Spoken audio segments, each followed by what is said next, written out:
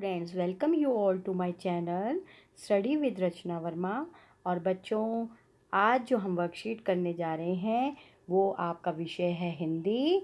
और ये है आपके बच्चे काम पर जा रहे हैं, भाग 1।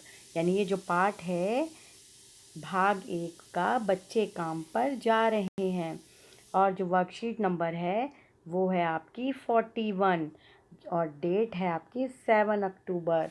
बच्चों, यहाँ पे आपको अपना नाम लिखना है और यहाँ पर आपको अपने टीचर का नाम लिखना है। ठीक है, आगे मैं आपके लिए जो है ये जो पूरा पैराग्राफ है पढ़ देती हूँ। जीवन परिचय।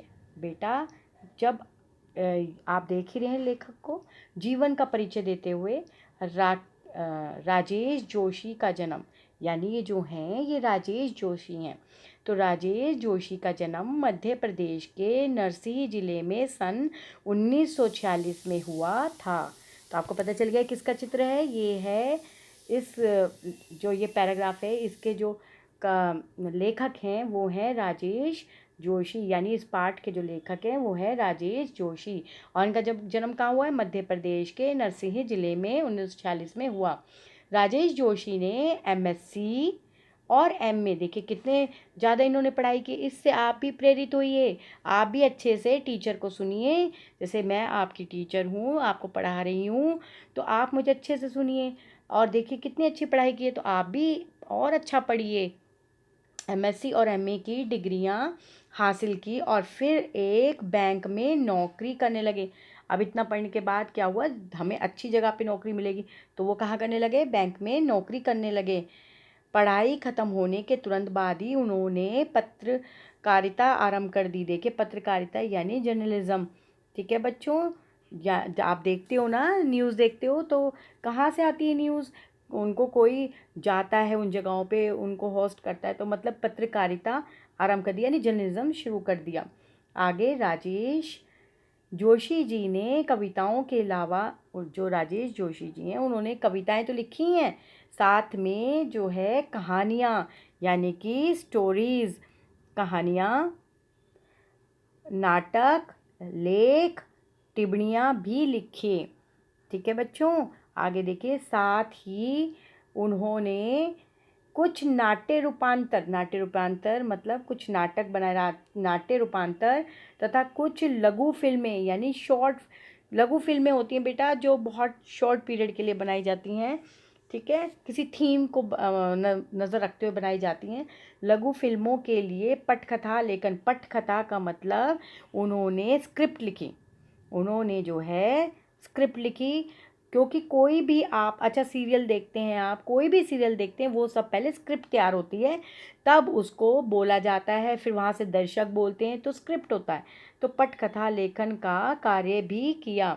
कई भारतीय भाषाओं के साथ साथ उन्होंने रूसी और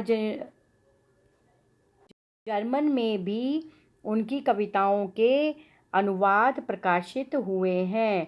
उनकी कविताएं जीवन के संकट में भी आस्था को बाढ़ती हैं। मतलब उनकी जो ये है, हमारे जो कवि आप जिनका चित्र देख रहे हैं, राजेश जोशी जी की जो कविताएं हैं, वो जो है संकट में भी जो है अपने को स्थिर रखते हुए आस्था को उभारती हैं। प्रस्तुत कविता में बच्चों से बचपन छीन लिए जाने की पीड़ा व्यक्त हुई है। यहाँ पर जो है देखिए, बचपन छीनने का मतलब होता है बेटा, कई बार जो होते हैं, जो बच्चे होते हैं वो जो है फैक्ट्रीज़ में काम करते हैं, कहीं चाय की दुकान पे काम करते हैं, कहीं रेस्टोरेंट पे काम करते हैं। तो क्या होता है, काम करना बुरी बात नहीं है, काम तो बहुत अच्छा है। कोई भी गलत कार्य करने से अच्छा है तो काम करना अच्छा है। तो लेकिन बेटा, जो उनका बचपन है वो तो छिन गया है ना, उनका बचपन तो चला गया। छोटे छोटे बच्चे काम कर रहे हैं और किसी ऐसी परिस्थिति में वो काम करते हैं जहाँ पर उनको अपना निर्वाह करना बड़ा मुश्किल होता है, यानी सरवाइव करना बड़ा मुश्किल होता है।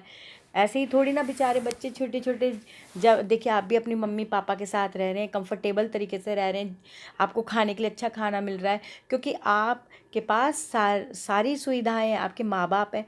कईयों के तो बेचारे माँ बाप नहीं होते, और कईयों को जो है आपने देखा होगा, कई जो है लोग बच्चों को चोरी कर लेते हैं किसी खास मकसद से, और कई बहुत गरीब होते हैं, उनको जो है मजबूरी में अपने बच्चों को काम पर लगाना पड़ता है। कुछ जो है अपने शरीर से तो अपंग हो जाते हैं, तो उनको अपने बच्चों को कार्य पे लगाना होता है। तो इस तरह से कई जो है मतलब इतनी पीड़ा है उन छोटे छोटे बच्चों को देखकर, जो है जो ये कवि हैं राजेश जोशी जी, वो अपनी जो इस कविता में पीड़ा को व्यक्त करते हैं। देखिए कितनी अच्छी कविता है, और इससे हमें मतलब पता चलता है कि हमारा बचपन देखो कितना कंफर्टेबल है, और कई बच्चे तो इस कंफर्टेबलनेस को जो उनको मिल ही नहीं पाती, उन्हें ये आराम मिल नहीं पाता, उन्हें अपने माँ बाप का कई बार प्यार नहीं मिल पाता, क्योंकि वो जो है किसी दुर्घटना में जो है परमात्मा के पास चले जाते हैं। तो इस तरह से जो है ये कविता है। चलिए आगे पढ़ते हैं। बच्चे काम पर जा रहे हैं, यहाँ पे लिखा हुआ है जो बच्चे हैं वो काम पर जा रहे हैं। कोहरे से कोहरे से ढकी, यहाँ पे ढकी आएगा कि बिंदी नहीं आनी चाहिए। कोहरे से ढकी सड़क पर बच्चे काम पर जा रहे हैं। तो मतलब जो कोहरा है ठंड में, देखिए कितनी ठंड होती है, रज़ाई में लोग छुपे होते हैं, और वो छोटे छोटे बच्चे काम पे जा रहे हैं। सुबह सुबह बच्चे काम पर जा रहे हैं, हमारे समय की सबसे भयानक पंक्ति है। भयानक है, इसे विवरण की तरह लिखा जाना चाहिए। इसे सवाल की तरह, काम पर क्यों जा रहे हैं बच्चे। तो देखिए आप यहाँ पे देखिए, समझिए। बच्चे काम पर जा रहे हैं, कोहरे से ढकी सड़क पर बच्चे काम पर जा रहे हैं। सुबह सुबह बच्चे काम पर जा रहे हैं, हमारे समय की सबसे। अब यहाँ ये लाइन में फिर से ये पैराग्राफ इसलिए पढ़ा है कि आप एक एक शब्द को समझिए। जो हमारे समय की सबसे भयानक पंक्ति, मतलब ये जो समय चल रहा है इसकी सबसे भयानक पंक्ति है, और इसका विवरण भी बहुत मतलब जो इसका लिखा जाना है उसमें जो है कई सवाल जो हैं खड़े हो जाते हैं कि जो बच्चे हैं वो काम पर क्यों जा रहे हैं। ठीक है, तो यहाँ पे देखिए व्याख्या, देखिए यहाँ पे जो है कवि जी व्याख्या करते हैं।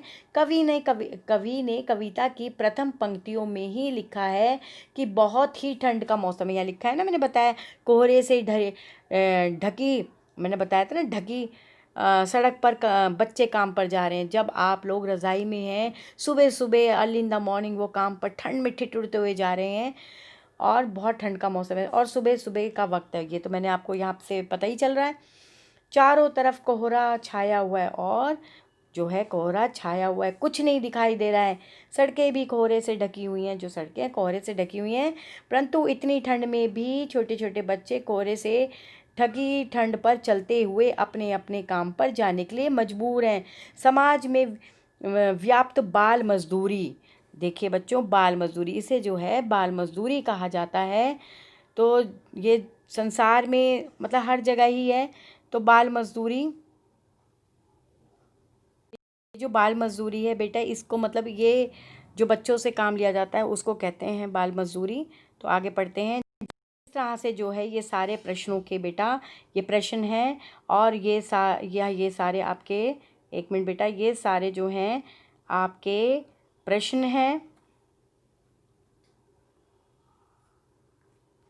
लीजिए, ये सारे आपके प्रश्न हैं जो दिख रहे हैं, मैं फिर से आपको ये दिखा रही हूँ, और अच्छे से आप समझ लीजिए। प्रश्न 1, प्रश्न 2, प्रश्न 3, प्रश्न 4, और चारों जो हैं आपने पहले ढंग से पढ़ने हैं, और इन्हें समझना है कि इनके जो उत्तर हैं इसी पैराग्राफ में हैं, और हमें समझकर जो है उत्तर को लिखना है। और मैंने जो है ये आपके लिए हल कर ही दिया है। ये रहे, मैं फिर से आपको दिखा रही हूँ, ये लीजिए, ये रहे आपके उत्तर। ये रहे प्रश्न 1 का उत्तर, प्रश्न 2 का उत्तर, प्रश्न 3 का उत्तर, और प्रश्न 4 का उत्तर। आपने समझकर जो है अच्छे से अपनी कॉपी में करना है, और टाइम पर अपने अध्यापक या अध्यापिका को देना है, और हमें सोचना है कि हम समाज में किस प्रकार से दूसरों की मदद कर सकते हैं। तो आपको ये वर्कशीट अच्छी लगी होगी, क्योंकि ये बहुत आपकी जो है सोच को जो है बदल सकती है दूसरों के प्रति मदद करते हुए। अगर ये आपको अच्छी लगे तो इसे अपने दोस्तों के साथ शेयर करें, और इसे सब्सक्राइब करें, और मुझे कमेंट करें। Thank you so much for watching my video. Thank you.